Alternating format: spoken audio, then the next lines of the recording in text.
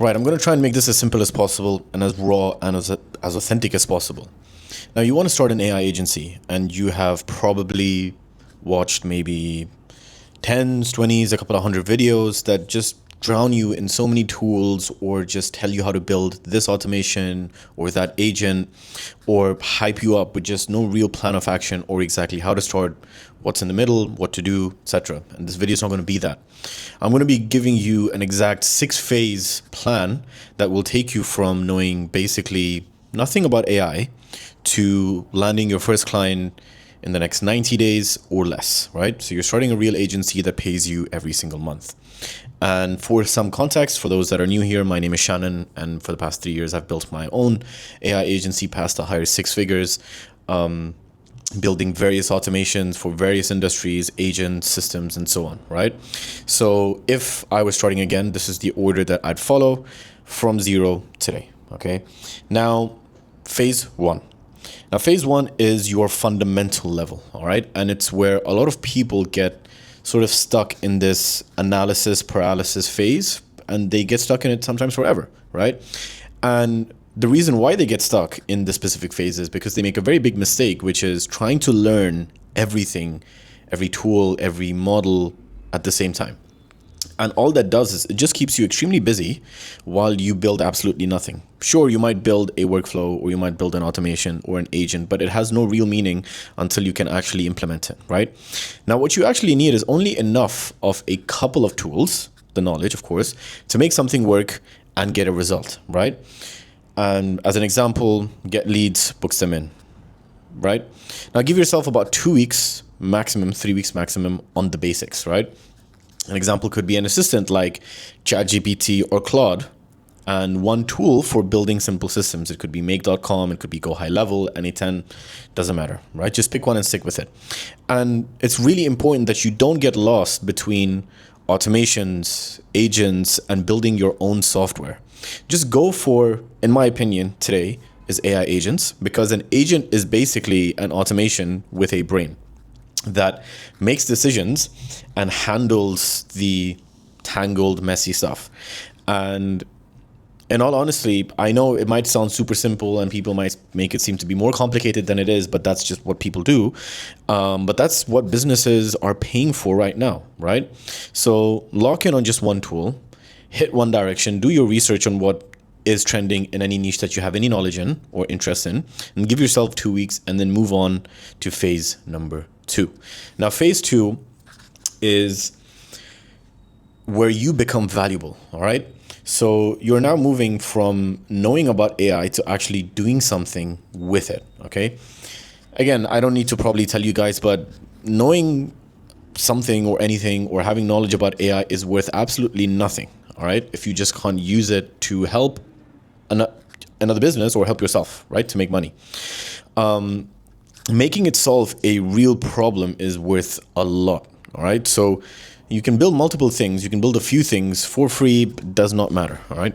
Until you can take one problem and solve it from start to finish, all right? You need to just lock in and build something that actually works, all right? And what holds most people back is that they just end up consuming so much, right? They just consume and consume, collect 100 ideas, save hundreds of videos and these hacks and these trips, blah, blah, blah, and just build nothing. And it's sort of psychological here is they just sort of end up telling themselves that they're too crowded, or they're not good enough, or the market is too saturated, but it's just not true, right?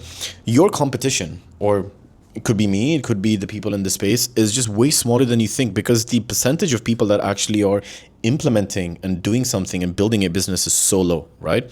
Most of them are just loud noise. So build something, even if it's ugly, even if it doesn't work as well, because a rough demo or a rough version that exists beats a perfect thing that's just in your head, all right? It's as simple as that. Now moving on to phase number 3, which is turning that skill into an offer, all right? So now we've covered the fundamentals, we've covered the becoming valuable part, and it's important that you understand that if you don't have a good offer, all of that is quite useless, right? So what you need to do when it comes to building an offer, you need to think about starting with a niche, right? And you want to have 3 things when picking this niche. Number 1 is a high lifetime value. So, which means a client's worth a lot, because the same effort that goes, let's say, that gets a coffee shop a customer worth a few dollars gets a solar company like 20 grand, right?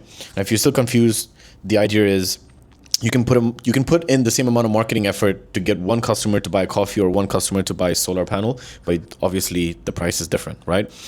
And it's easy. Go online, may go on LinkedIn, Upwork, Fiverr, filter out the people and reach the right decision makers from your laptop, from your phone, all right? And it's also important to understand that you don't go into very heavily regulated markets or industries in the beginning. So you want to avoid healthcare or anything that's sort of touching the government side of things, data, privacy, so on. Okay. And it's also key here to mention that don't guess your niche. All right. Test it. So pick 2 to 3 niches in the beginning. All right. 2 offers each. Run real outreach volume for at least a month. And the data is going to show you what's working, what's not working, what's getting more responses. And once you're closing or once you're getting the right traction, you then judge by who makes you the most money or who's going to make you the most money, right? Not who replies the most. And then eventually you can funnel down into the most profitable one, right? Then on the offer side, you need to be really cautious or mindful of how you approach the situation and how you converse with these people. Okay, you need to sell the outcome and not just the work. Nobody wants a chatbot, they want more book calls, right? So package one productized offer, charge a setup fee plus a monthly retainer, okay, instead of hourly, and price against what the problem costs them, right? So not your time. And always give them 2 options, right? Maybe give them a lower tier, maybe you get X, Y, and Z, and then your main offer, which is the price that you're actually pricing it at, and then an expensive one to make your main offer look like a deal, okay? Like a steal deal or whatever you guys want to call it. So that comes in for the offer part. Now that we've covered the offer in phase 3, now we're moving into phase 4, which is getting your first client, okay? And I promise you, it's way more simpler than you might think, all right? Again, it's hard work, all right? You got to put in the reps, you got to put in the hours. You need to do outbound every single day, at least 50 to 100 personalized messages or calls to your specific targeted niche that you've selected. It's just your entry ticket. Right? And personalized meaning you reference their actual situation and just not a copy paste blast that you send to hundreds of people, right? It could be your phone contacts, could be your first warm leads, right? Your friends who have businesses, partnering with people who have clients but don't do AI is also another quick way or a quick ticket in. And you need to understand that in the digital world that we live in today and how AI is also impacting a lot of things, it's important that you have some form of authenticity to it. So you have to create some form of content alongside it, giving your best stuff, your knowledge away so people come to you instead of you just constantly and forever chasing them. You want to build it to a point where you start getting in more inbound leads, all right? Now on selling, you need to understand that people buy an emotion and then justify with logic. So paint the result they want first and then back it up with numbers, all right? And show them what staying the same is costing them. Because you need to understand that people move way harder to stop a loss than chase a win, okay? That's just human psychology. It's just how we're kind of wired, all right? Now, when you name your price, say it, and then just please keep quiet. You've probably heard this before, but just keep quiet, all right? You need to understand that when you try and justify or when you try to over-explain, after you've given your price, you will eventually lose. And you need to also be willing to walk, all right? Because the second they feel you need it or you are desperate or, again, you need this deal more than they do, your pricing power, your bargaining power, your positioning power is completely gone, all right?